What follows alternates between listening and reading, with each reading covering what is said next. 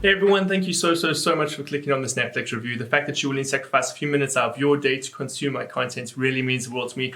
For those of you that are unaware, I review everything that gets released on Netflix. So if you're ever curious about whether something is good or bad or completely average, come to my channel and I'll let you know.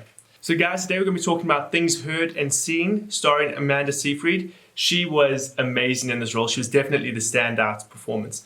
Guys, this movie was great. It was awesome. I really enjoyed this movie. So the film follows Amanda Seyfried's character, Catherine, and she moves up to a small town with her husband. But things very quickly start to go wrong. There's some supernatural elements in this movie.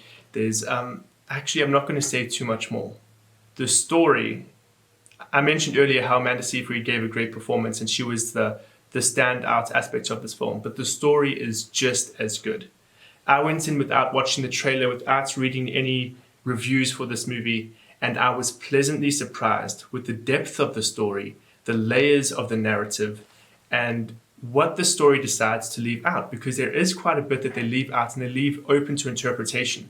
And very often I see that as an element of lazy writing, or ultimately the author or the director not knowing, or even the scriptwriters not knowing how to tie up loose ends. But I feel like it's almost the strength of this movie, leaving certain things up to interpretation. So this movie is actually based on a novel, All Things Cease to Appear. And Netflix has honestly been very hit or miss with their adaptations. So if you're a fan of the book, I believe the movie was really good, but I don't know how true it is of an adaptation. So as I've mentioned before, story was really good, multi-layered. The narrative really can screw with your head, but it's linear enough for you to follow. I feel like a lot of movies in a similar vein to the psychological horrors or thrillers, they try to get so complex that ultimately you have to watch them a few times before you can understand all the working pieces. This film, while being smart, is simple enough for you to follow and understand on the first viewing. And actually for me, that's also a win. While I'm someone that loves to dedicate hours and sometimes days to a film or series, it's nice to be able to just sit down and watch an enjoyable film every now and again.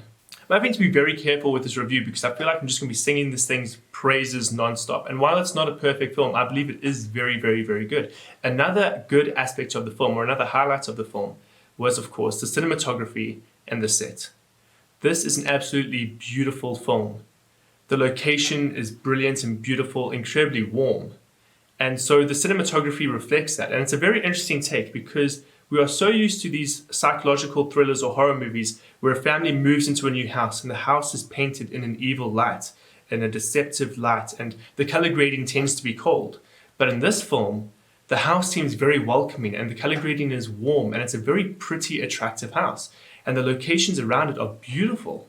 And the cinematography paints this entire environment as a warm, welcoming place, when in fact we know that this is an incredibly creepy, disturbing world.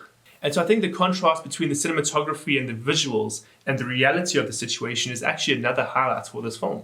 And then, as I mentioned, Amanda Seyfried did a great job, but she wasn't the only performer that really brought it. Every actor across the board in this film, I believe, did a great job, and they really realized their characters. And they all had nuances and depth to their characters that made me, as someone that studied on-screen and on-stage performance, really enjoy this film. I think the biggest negative about this film is also one of the things I said was possibly a positive, and that is the amount of details the film leaves out or leaves open to interpretation. I feel like as much as I enjoyed that, I feel like a lot of viewers of this film are going to find it to be rather annoying and almost a cop-out. This film is very similar to Eli and then also Horse Girl, which are other Netflix properties that I reviewed and actually I enjoyed them. So I would recommend, if you enjoyed those two films or anything in a similar vein to them, then I'd recommend this film for you. But guys, thank you so much for watching. You guys are the best. You're awesome. Thank you for stopping by and checking out my review. Subscribe to my channel if you haven't, and I hope to see you again in another review.